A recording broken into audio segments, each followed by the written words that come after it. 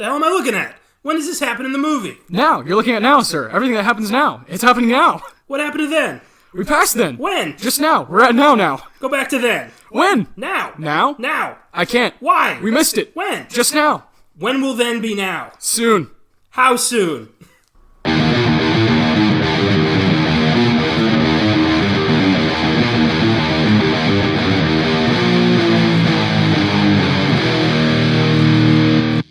In 1987, Mel Brooks released Spaceballs, a sci-fi comedy spoofing the Star Wars franchise, starring Bill Pullman, Rick Moranis, John Candy, Mel Brooks himself, Daphne Zuniga, and the voice of Joan Rivers as Dot Matrix. Oh, yes. Spaceballs has since taken on a life of its own and is one of the most celebrated films of his catalog and is a funny fucking movie. Oh, yeah. We got to see this at Draft House. Yes, we did. Together. Yes, we it was did. a lot of fun. That was. So much fun. And this is going to be our connector, our bonus for Young Frankenstein. Of course. What better film to follow up a Mel Brooks week? And yeah. There's a lot of choices, but There is. I like, Spaceballs. We got a Star Wars movie coming out soon, and we both seen Spaceballs together in a theater, so I thought it was fitting. Yes, absolutely. Awesome stuff. Yeah, this movie, 1987, had a nice budget of $20 million. Made $40 million, which is awesome for like a comedy from the 80s, good. where it's just strictly a parody of Star Wars. Dude, I think for a lot of people, this was a good fix for Star Wars fans. Agreed. This was 4 years after Return of the Jedi. It's not so much making fun of, it's just understanding, like, hey, this nerdery is fun to mess with. It mocks a little bit, but it's mostly just celebrating it. Yeah, just having fun. Yeah. Yeah. I mean, the whole merchandising thing was just brilliant. Mel Brooks did that because Lucas only gave him permission if he did not make any merchandise at all. So he did a whole bit in the movie with Spaceballs merchandise all over the fucking map. And it's great.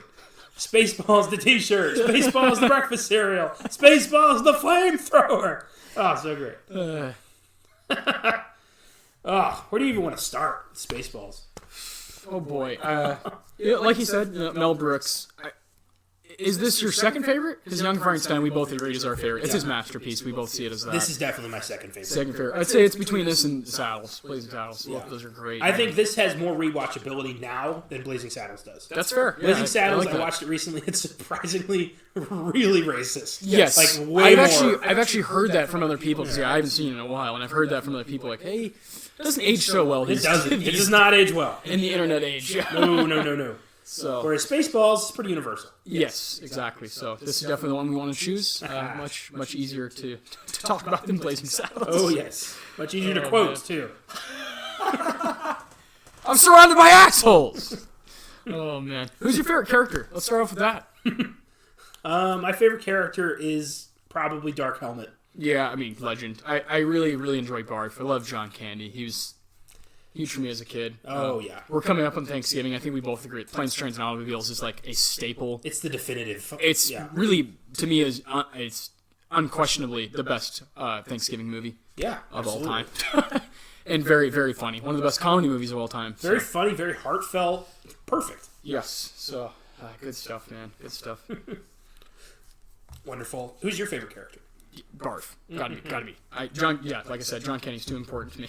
It's too big in my mind in the comedy world, and he's so funny in this. He's great. Looks ridiculous how he's eating. I love it. He's a Mog. Yeah. Half man, half dog. Oh, man. I'm my own best friend. I mean, yeah, him and Lone Star, I could watch a movie of just them all day, man. They're great. I love Bill Pullman. Yes, he's awesome. Lone Star. The Luke Skywalker Han Solo hybrid, who's inexplicably user of the Schwartz. Yeah, and wearing a leather jacket. Yeah, he's great. I love him. In the Winnebago. So great. Lone Star.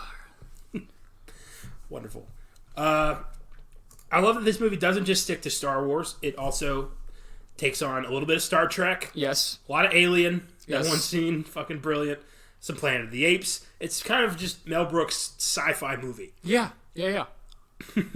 With Star Wars at the forefront, being the clear influence. Yes. Yeah. Oh man, it's genius. There's so much great stuff. There's things in here that, to me, are like timeless. Like especially Mel Brooks. We were talking about in the spaceship when he's like, if I walked, the movie would be over. Him being aware of what's going on and kind of being himself in his own movie it's so much fun. It's so rewarding being a fan of his. It's to see him in that light, in the late 80s after he's done all this great stuff, Yeah. So cool. Hilarious. Oh, God. So let's talk about a bit about the cast. Okay. Film stars Mel Brooks, obviously, yes, as the evil President Scroob, the president of the Spaceballs home planet, who has, due to his shitty leadership, has caused the fresh air to somehow be completely destroyed on their planet. He also plays Yogurt, the keeper of the Schwartz, obviously standing for Yoda. Brooks had such a terrible reaction to the Yogurt makeup, he could only film as Yogurt for a very limited amount of time, or he would have had a severe reaction. Why even do it, man? Just change the makeup. Because right? that's Mel. So great. We got John Candy as Barf, the half-man, half-dog first mate of the Eagle 5, the Winnebago Millennium Falcon. So great. John Candy was just national treasure. He was the best.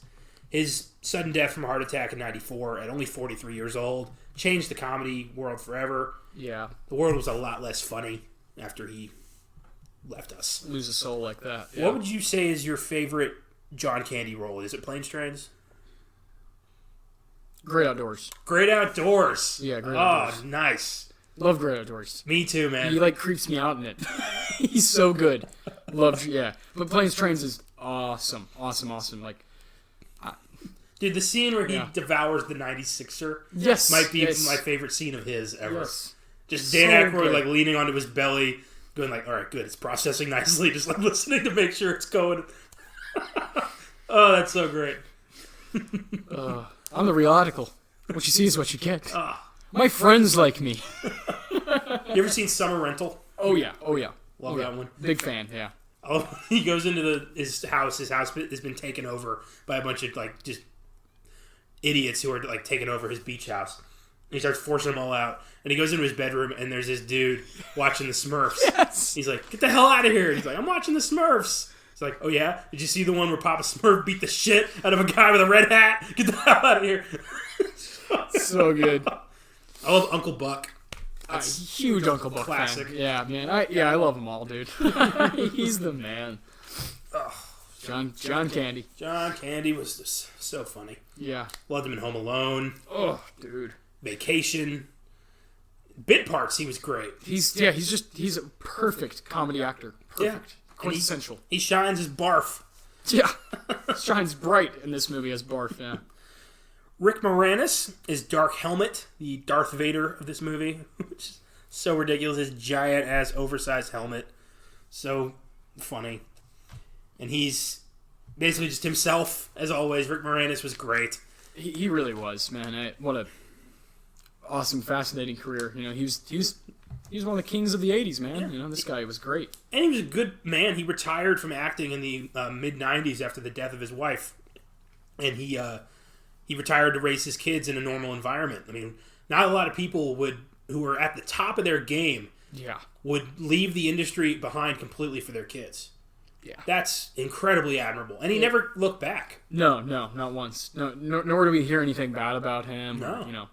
They've tried to get him to come back. They tried to, Honey, I Shrunk the Kids 4. Ghostbusters. They want him back for Ghostbusters 2020, which I want him to come back, but he won't. No, I don't. I'm fine with him. I'm happy for the dude. Me too. You know what I mean? So, my own selfishness wants him to be in the movie, but no, if he's happy and doing his thing, then so be it, man. My all-time favorite Rick Moranis role is Little Shop of Horrors. 100%. Yes, me too. Seymour Crow. Can we do that as a... Yes. Just a standalone Yes, episode? absolutely. Yeah, 100%. Right. Cool. Feed me, Seymour. Fucking Steve Martin, man.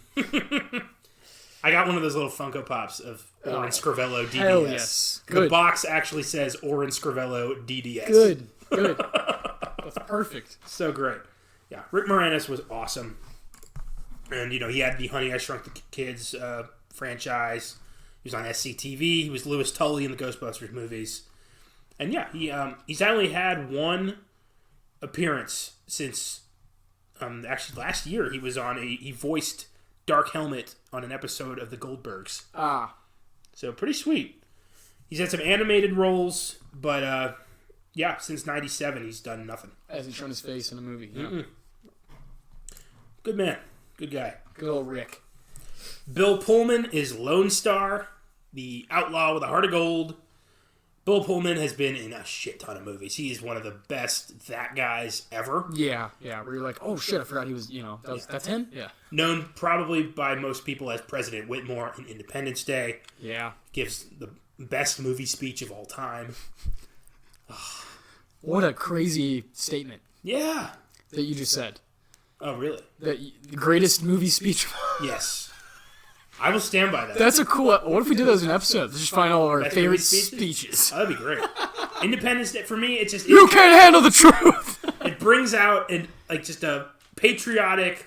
Like, I've watched Independence Day every 4th of July my entire life. Wow. And it is so rewarding, because I only watch it once a year, so it's the kind of movie... It's an event for me. Mm-hmm. And to feel that, mankind is coming together to face off this alien menace, and it's one shot, and we're going to do this, we're going to survive. That's awesome.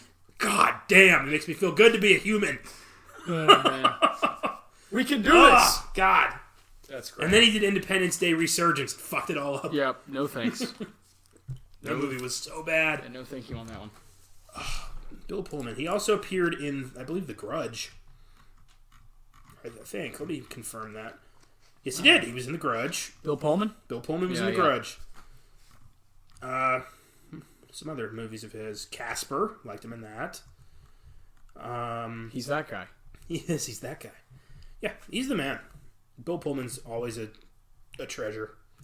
Whenever he's in a movie. And he's great as Lone Star. He's a good, equal parts, good comedian and good, drama. He can do pretty much anything. Yes. Daphne Zuniga plays Princess Vespa, and she never really escaped the 80s. She was in a couple of movies, The Sure Thing, The Fly 2. She was on Melrose Place. But Spaceballs is the movie that she's pretty much remembered for. Which is pretty sweet. She also voiced Princess Vespa on the short-lived Spaceballs, the animated series. Oh, great. Which ran from 2008 to 2009 and is not very well regarded at all. Yeah, what the hell? I didn't know about that. Mel Brooks is back as President Scrooge, and that's it. Everybody... Oh, and Joan Rivers is Dot Matrix. But everyone else is different. And I watched half of an episode on MTV once, and I was like, this is fucking terrible. Just straight trash. Oh my god. And Joan Rivers is the voice of Dot Matrix. Joan Rivers was an iconic comedian and reality show host who never really apologized for fucking anything. She was one of the most unforgiving, brutal comics ever. Never really got her due, I don't think, as a comedian. She really became more famous for doing the Oscar party, after party, red carpet thing. Yeah. And she does a great job as Dot Matrix. She died suddenly in 2014 at 81 years old of a...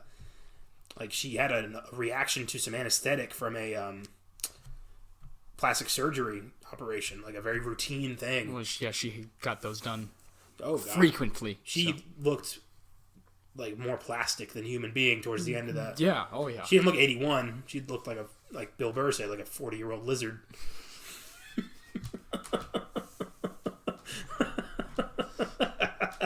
I love that bit so much. You don't fuck with your face.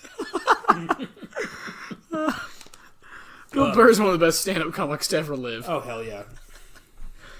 Also, one of my favorite characters in Breaking Bad, Patrick Kuby. We didn't really bring him up. We didn't, yeah. Much on El Camino. He's one of my favorite bits in that episode when he goes to Ted Benicke's house and makes him sign the check, and Ted Benicke trips over that rug and hits his head. Yeah. And Bill Burr's like, that was easy. Huel, you happy? Reasonably. Yeah. I'm happy. Huel's happy. He's like, we'll play some cards, watch some TV before you know the weekend will be over. Oh, my God. Oh, God. Yeah, I love Bill Burr. I hope that he shows up in next season of Better Call Saul. I mean, he's got to. Oh, has to. We got to make that connection at some point. Has to. Yeah, he becomes one of Saul's boys. Yeah. So, yeah. Let's go-to guys. Mm-hmm. We already know how we got Huel to be loyal. Yes. What a great fucking episode that was. Oh, my God. Brilliant show. Oh, yeah. So great. We did a whole thing on Breaking Bad on our, I think our 10th bonus. Yeah, exactly. El Camino. Yeah. But we didn't really talk that much about Better Call Saul, so we'll have to talk about that at some point. That'll come, yeah. When they make a movie that's just not as good as the show 10 years from now. It's okay. So Spaceballs. We know the major players. Let's go into the plot. Yeah, let's do this. So, as per Star Wars tradition, we get a title crawl. Yeah. Chapter 11. Planet Spaceball is in danger.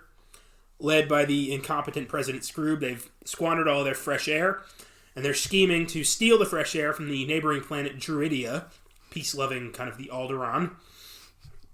And he needs the combination to the air shield that protects Druidia, and in order to do that, he plans to steal King Roland's daughter, Princess Vespa, and blackmail him into giving them the combination to the air shield.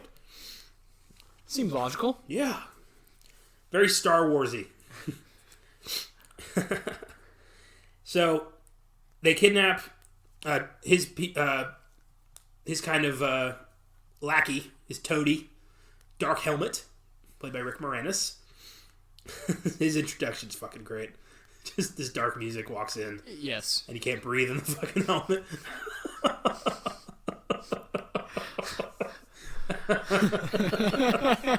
I don't know why it's so funny. I can't breathe in this thing. So funny. We also meet Colonel Sanders, the third in command of Spaceball 1. This giant-ass, ridiculous ship. That's a running gag, how big this ship is. So funny. Obviously a parody of Star Wars. They're giant-ass, ridiculously sized ships. So, they're nearing Druidia, and Dark Helmet's going to give President Scroob a call, let him know that everything's going ship-shape, and one of the technicians says, "Oh, I already took care of that." Dark Helmet angrily hangs up the phone and tells him, "You went over my helmet?" Great line. And he like squeezes his testicles with the Schwartz. This powerful, Force-like. Yeah, Schwartz. It's the Force, but it's the Schwartz. We all know what it is. Yes. So Colonel Sanders, now afraid for his balls, is very, careful around Dark Helmet, and says, we don't have Druidia like in the window, but we have it on the radar. So they go over to get to the radar. It's a Mr. Coffee machine. Yeah. I always like that gag. I don't know why. It's so stupid. Dark Helmet gets his coffee. I have a t-shirt that's got the Starbucks logo. Yeah. But it's Dark Helmet, and it says, "Oh, that's great. Have coffee, watch radar." That's awesome. I love that. And then, so they go over to the radar screen, and they look at Druidia and Dark Helmet, and Sanders kind of explain the plan. They're going to kidnap the princess, extort the king, get the fresh air, save Planet Spaceball. And Dark Helmet looks at the camera and goes, "Everybody got that?" Yeah. I love that. God, I love that. Because, it's just like, here's this trope of like, we're just going to discuss the plan. So the audience knows what's going on. And it's just like, oh, it's okay when like all these other movies do it, but then it's like really funny when it's done in a humorous way. You're like, oh, wow. Yeah. Every movie does that. What endears me to Spaceballs the most is the constant fourth wall breaks. Yeah. Because it's done so smart. It's relentless. It's so clever. Everybody got that? Good. Wonderful. So we meet the princess who's getting married to the ridiculous narcoleptic Prince Valium. It's an arranged marriage. She doesn't want to marry this guy, but he's the last prince left in the galaxy. But before she can marry him, she flees, abandons the wedding, gets in her Mercedes spaceship with her droid of honor, Dot Matrix. And for those of you who don't remember, Dot Matrix, that was the really, really, really shitty printer from like the late 80s. Yes. I love that. Mel Brooks probably knew, in 10 years, nobody's going to know what that's fucking called, but some people will. And those people think it's funny. So, the princess is in danger. Yeah. Who better to call for help than Lone Star. The mercenary Lone Star. And we meet Lone Star and his Mog sidekick, Barf. Great introduction. Got Bon Jovi's Raise Your Hands. Perfect. Playing like, it's an outlaw. I want to hang out there. Yeah, I immediately want to be on that Winnebago, hanging out with Winnebago in space. It's hanging out with this guy that calls himself Lone Star. It's so stupid, but I love it. Yeah, it's great. So, he gets a message from the vile gangster Pizza the Hut. Disgusting, honestly. Played by Dom DeLuise. It's like repulsive, that character. You're like, oh god, just get off the screen. Melting pizza. Like, So ugh, God. I think I ordered pizza when we saw it, and I was like, I don't want this. I don't fucking want this pizza anymore. That was a stupid call. That's great.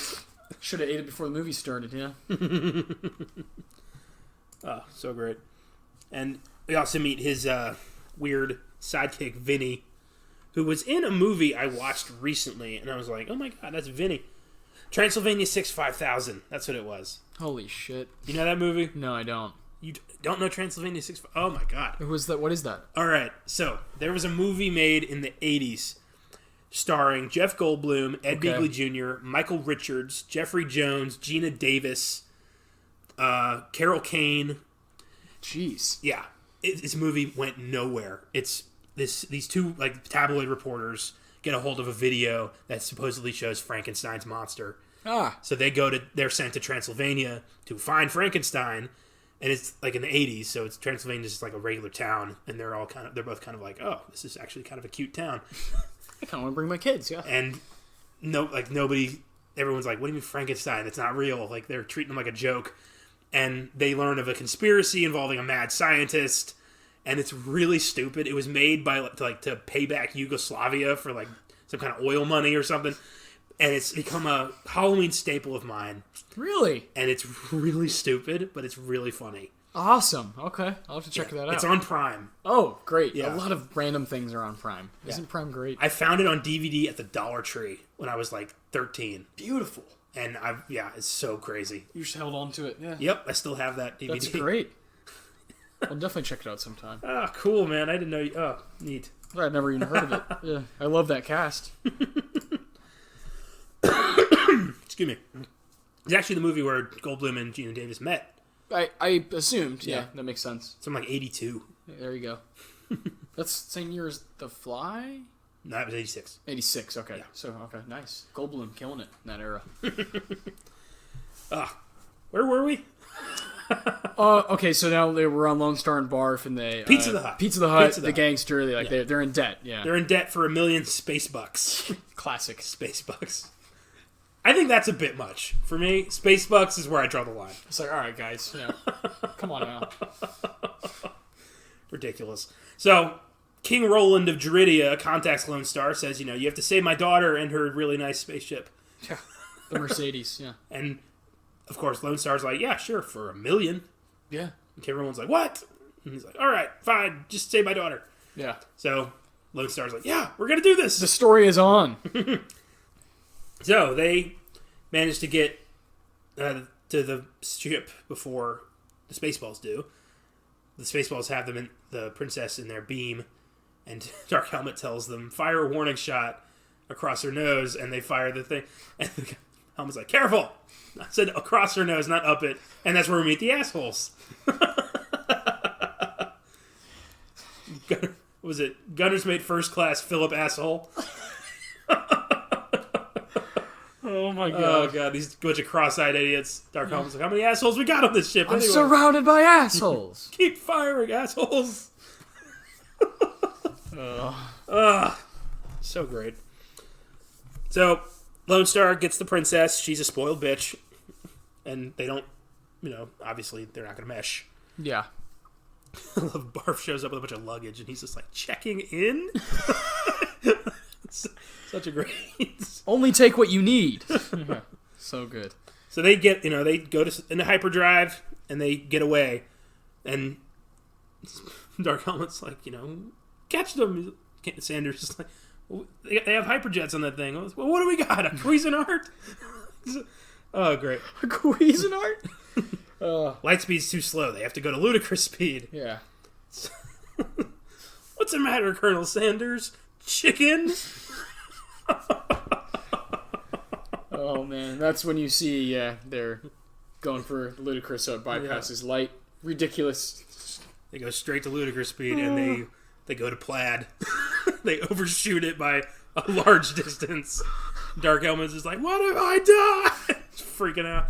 He flies right into the freaking control panel, breaks his helmet, just like, whoa. Completely melted out. So funny.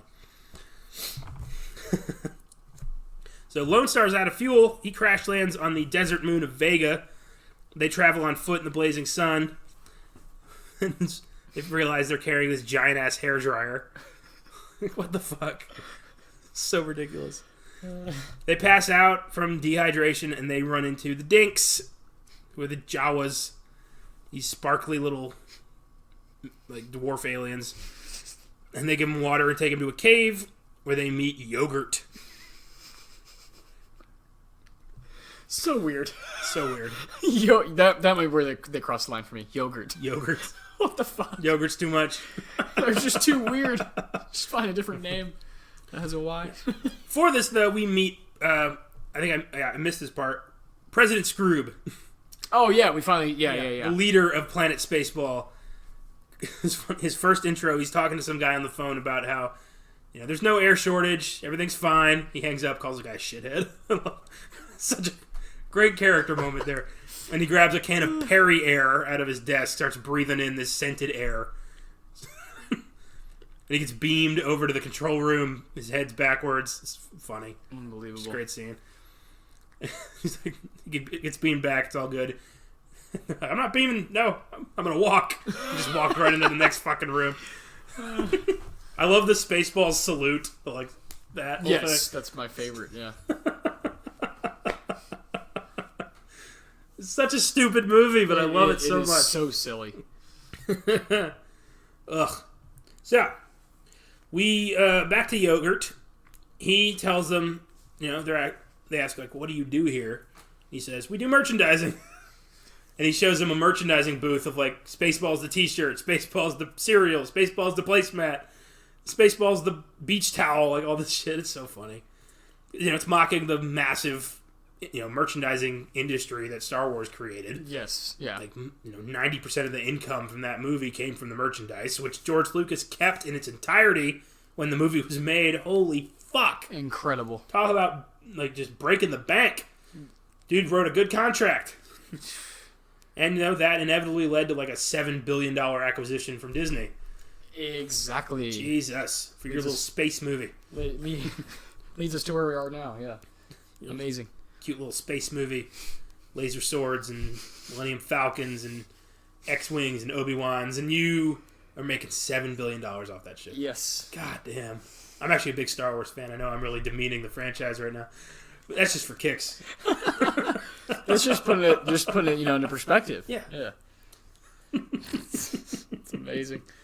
I never thought a film with a character named Chewbacca would create... Who makes weird fucking noises. There's an empire right there. It's amazing. Yeah, and a guy, Harrison Ford, who's, like, on drugs the entire time. With his eyes, like, wide open the whole time. It's amazing. It really is. It's amazing. I mean, we wouldn't have Spaceballs without it. So Jawas. Why did it have to be Jawas? That's my Harrison Ford of the night. Thank you, ladies and gentlemen. Thank you. Han Solo or Indiana Jones? Indiana Jones. Oh my god. No question about it. Good. That's all I needed to hear, yeah. Zero hesitation. Yeah, that's like a easy. Like, Indiana Jones would fucking run Han Solo through the ground in any category. One whip. Right? Yeah, blast her right out of his head. And you don't fuck around, yeah. Plus, all those movies are good. 3 of them are. Yeah, one bad, yeah. There's more good Star Wars... I mean, there's more good Indiana Jones movies than there are good Star Wars movies. Yeah, percentage-wise, yeah. Yes. Yeah. Because you got 3 out of 4 awesome. Damn near perfect trilogy. Yeah. And then a bad 4th one, yeah. Absolutely. So how do you think Indiana Jones and Han Solo match up to Lone Star? Who wins that fight? Oh, man. Indy would take them on both at the same time. Lone Star's got no fucking dog in this race. Yeah, I'll take Indy against like all of them. So with Yogurt, Lone Star learns about the Schwartz, and Yogurt gives him a ring, and he's able to lift this big statue right out of Barf's foot. Great scene. And the way that Helmet and Sanders learn where they've crashed is I love this scene so much. They grab a VHS copy of Spaceballs the movie, Of course. and watch it to find out what happened. And they're explaining like this breakthrough in VHS marketing, instant cassettes that are out before the movie's done. Like, what the fuck? It's so stupid. How can there be a video cassette of Spaceballs the movie? We're still in the middle of making it. We're doing it right now. When? Now. They start watching the movie. They get to where the ludicrous speed scene, and Helmet's just like, "No, pass this. Never play this again." And of course, they do the bit we did at the beginning, where they're just like, "What the hell am I looking at?" Yeah. So good, legendary. And that's when they learn they're on Vega, so they go over to Vega to go get Lone Star and the princess. And of course, after combing the desert, which is another great thing, we ain't found shit. Just they're literally combing the desert. Oh my god! And Helmet says one of my favorite lines where they're in like a little land speeder thing, and they're like, "They're not here. Let's keep going." And Sanders is like, "Driver, prepare to move out." And Helmet just goes, "What are you preparing? You're always preparing. Just go." Preparing. I love that because I want to say that to people in Star Wars. I'm like, just fucking do it already. Engaging auto shifter. Yeah. Shut up. Preparing to fast forward. Fast forward. Just do it already. I'm preparing for. The Spaceballs capture Princess Vespa and Dot and return with them. They go to Planet Spaceball to bring them back. The captors threaten to reverse Princess Vespa's nose job, which is what forces the king to give the air shield password, which is 12345, the sort of thing an idiot would have on his luggage. And of course, it's President Scrooge's luggage code. I love it. Oh my gosh. And of course, Lone Star and Barf go to Planet Spaceball to rescue them, and the two guards that they knock out, one of them is Art from the Burbs. Oh shit! Yeah. How about that? Satan is good. Satan is our pal. That guy. We just saw the Burbs at the Alamo Draft House, and it was for Thanksgiving. Oh my so god, great. Dude. The Burbs is fucking stellar. Yeah. It's about a 9 out of 10 on the attention scale there, Rube. Hey, Pinocchio, where are you going? I didn't quite catch your name, Sonny. What do you got in the cellar, Herr Klopek? Oh my god, Bruce Dern is a goddamn national treasure. Yeah, he really is. I love an Art. He's at Tom Hanks' house, and he just grabs a pineapple and starts eating all their food. He grabs like frozen meat and a whole pineapple. He's like, "Yeah, this is what I'm gonna snack on while I'm here." Fucking incredible movie. December 24th, we're gonna be talking about that movie. So. Oh yeah, we got a Burbs bonus in the Cannot works. Cannot wait. Yeah, Christmas Eve special. So that's gonna be fun. We won't tell you the movie it's for, but eagle-eyed viewers can guess. Yeah, and if you're even paying attention, that's a month and a half away. So, so great, so good, man. Oh god. Oh, I'm glad you pointed out. Paint your goddamn house. I could quote that movie all day, man. Feldman's like, "Hey, you gotta get over here, man. It's gonna be live." I love this street. Kid's a meatball. Keep an eye on the neighborhood. Will do. That's Mrs. Peterson. She lives here, man. Oh, I can't wait. So Such much fun. a damn good movie. So great. And honestly, thinking about it, I wrote a 1989 top 5 movies. I should have waited till we saw that, because I think that deserves a spot on my list. I don't know what to take over, I guess, when Harry Met Sally. I think The Burbs is 88. I believe it's 89. Let's find out. Ooh. There we go. This is fun. Ooh, we got a draw right here. I'm pretty sure I'm right. I will be 89. No! No! Yes. Oh, no! PG. Weird. PG. That's 80s PG. Yeah, it feels like it's like an effort away from definitely being There's PG-13. actually not really, I don't think they ever curse in that. No, they don't. It's amazing. They don't. It's so funny, just naturally. It's such a damn good movie. Yeah, I can't wait to do that one. At a 9 on the tension scale there, Rube. It's fucking brilliant. Alright, so Barf and Lone Star are on planet Spaceball. They find Vespa and Dot, and they're escaping, and there's a great scene where the bad guy catches their stunt doubles. This movie's so goddamn meta, it's hilarious. And the guy who catches them is, for those of you who liked Groundhog Day, it's Ned! Yes! Ryerson! Bing! Oh, so great. You can expect a Groundhog Day bonus next Groundhog Day. There you go. Obviously. I like that, yeah. Oh, boy. So, Spaceball 1 is now at Duridia. They've gotten through the air shield. The ship transforms into fucking Mega Maid, a giant maid with a vacuum cleaner. It's so stupid. The vacuum cleaner is turned on. They suck in the air out of the planet, and Lone Star uses the Schwartz to reverse the vacuum, blowing the air back onto the planet. Damn, this had a budget of $22 million. I know. This Actors. movie's really cheap. Had to go to actors, right? You'd think. Yeah, John Candy, Rick Moranis. You'd think they're all like, hey, man, we're going to look pretty fucking ridiculous. So, there's just a lot of people in it, you know? It's got a lot going on, so. Yeah. I don't know. And yeah, who knows how much it takes to, like, build those models and stuff. But yeah, I am surprised by that. I'm going to say something kind of controversial. I love that. I think A New Hope looks cheaper than this. It's music to my to my ears. I agree. I think this looks tighter, cleaner than the original Star Wars. The screws are a little less loose, yeah. I agree.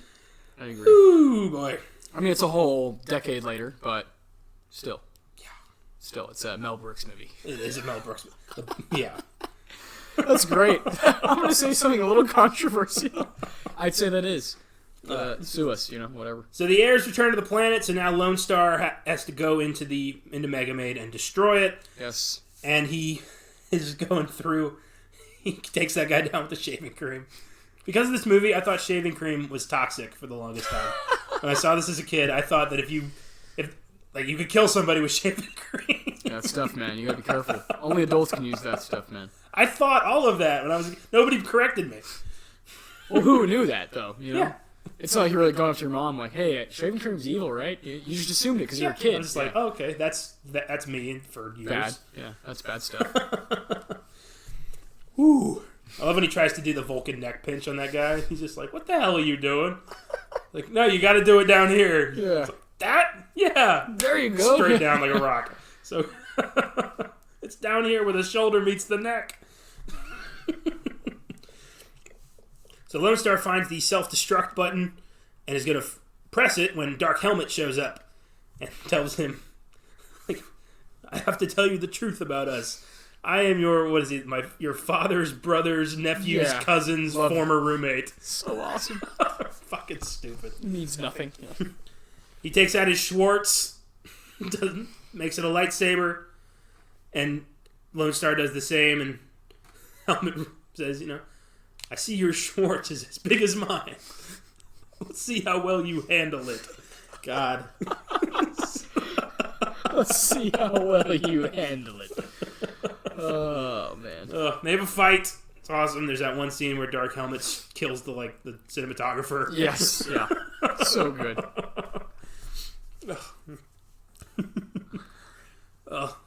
Before that, I forgot to point out one of my favorite parts where they're with the doctor, the nose job doctor, when Colonel Sanders inadvertently turns off the movie. He turns the light off. It's like, what did you do? I turned the light off. No, you didn't. You turned off the whole movie. Turn it back on. Just freak out. So good. Little stuff like that is fucking brilliant. It's great. Oh, God. I can't believe he beat everybody to the punch. It took till 1987 to do this.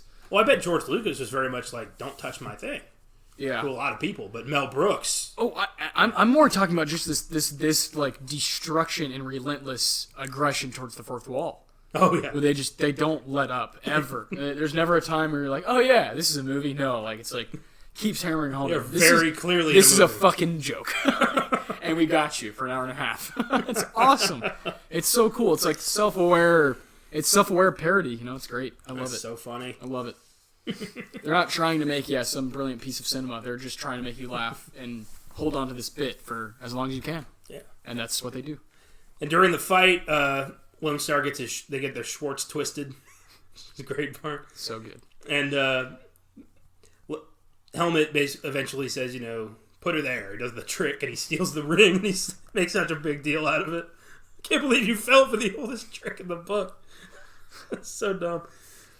And Helmet says another line that's become pretty iconic. Evil will always triumph because good is dumb. Yeah.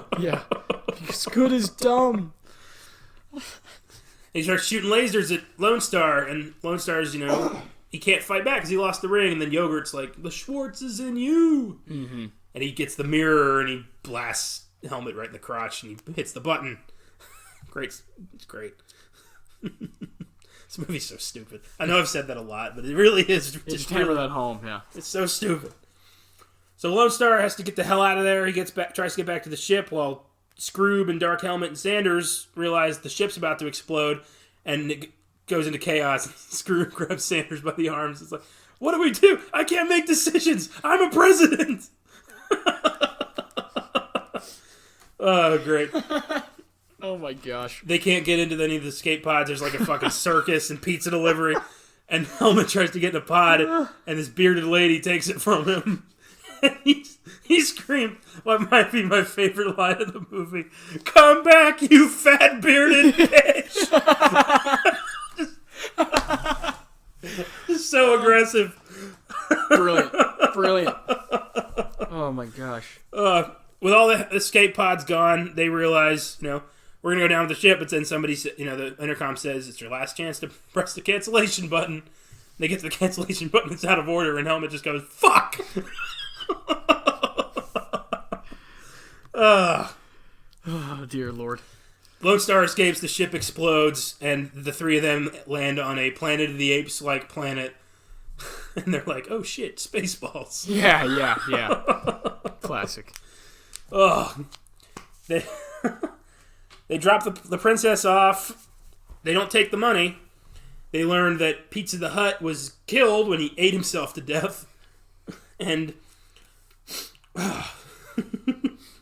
he only took enough money to cover his gas. And he goes to I love this part. He goes to the diner and they order the special. And you just see off the side of the camera, John Hurt starts convulsing like Alien, and the fucking thing bursts out of his chest again, and he's just like, oh no, not again. It's so cool they got John Hurt to come back and do that. To actually do that. That must have cost some money. Yeah. Jeez. And the alien does like a Michigan J Frog thing, and so fucking weird. Lone Star and Barf just go, check please. And they fuck off. And Lone Star opens Yogurt's fortune cookie that he got from earlier. And Yogurt pops out informing him that he is actually a prince. And he can marry Vespa if he wants to. And how convenient. Yes, of course. Great ending, isn't Wonderful. It? And he goes back to Druidia to stop the wedding to Prince Valium. Pisses off the bishop, who's just like, I don't give a damn who it is, but I'm going to marry somebody today. Love it. He marries Vespa, and they fly off into the distance. It's great. That's Spaceballs. Hilarious movie. What would you say is your favorite part of this one? Well, the beginning we did. The quote. Now? Yeah, I think that's genius. I think my favorite part of this movie is the relentless... we forgot the jam. Oh, yeah! The bleeps, the sweeps, and the creeps. creeps. Listed on the... I don't know. It should be. Michael Winslow from Police Academy has a cameo as a scanner dude who's just making all sorts of funny noises. And he says he lost the bleeps, the sweeps, and the creeps when he the radar got jammed. Oh, so good. My favorite part of that is when he's talking in like the weird phone voice. And Helmet hangs up the phone, and he just keeps talking, and Helmet like grabs the phone and flings it across the fucking deck. It's Michael Winslow, hilarious dude. Indeed. He's the guy who does the funny voices from Police Academy. It's a real standout in this movie. So good, man. That might be my favorite part. Oh, God, my face hurts. I do enjoy any time that Mel Brooks is on the screen. Yeah. He's so fucking good. President Scroob. I like when the one lady keeps calling him on the walls. He keeps getting freaked out by it. Every time. Oh my gosh. Whew. I give Spaceballs an 8. Same. Solid 8 for me. I love it. It's not quite as good as Young Frankenstein, but it is good. No, and Gene Wilder is just on a different level in Young Frankenstein. Oh, yeah. Again, I really think he should have gotten an Oscar nomination for that one. Oh, he should have. Absolutely. And I think that about wraps it up for us on Spaceballs. Yeah, for Spaceballs, yeah. I can't breathe. My face hurts. Oh, man, yeah. It's been a comical week with visiting some Mel Brooks films. So. Oh, hell yeah. We'll be changing it up as we get into In the Tall Grass. We got to get scary again. We got to get scary again. Yeah. Ooh. Oh, so much fun. Well, thanks for listening. Check out our episode on Young Frankenstein, and next week we will be doing In the Tall Grass. Back to horror, Netflix horror. And may the Schwartz be with you!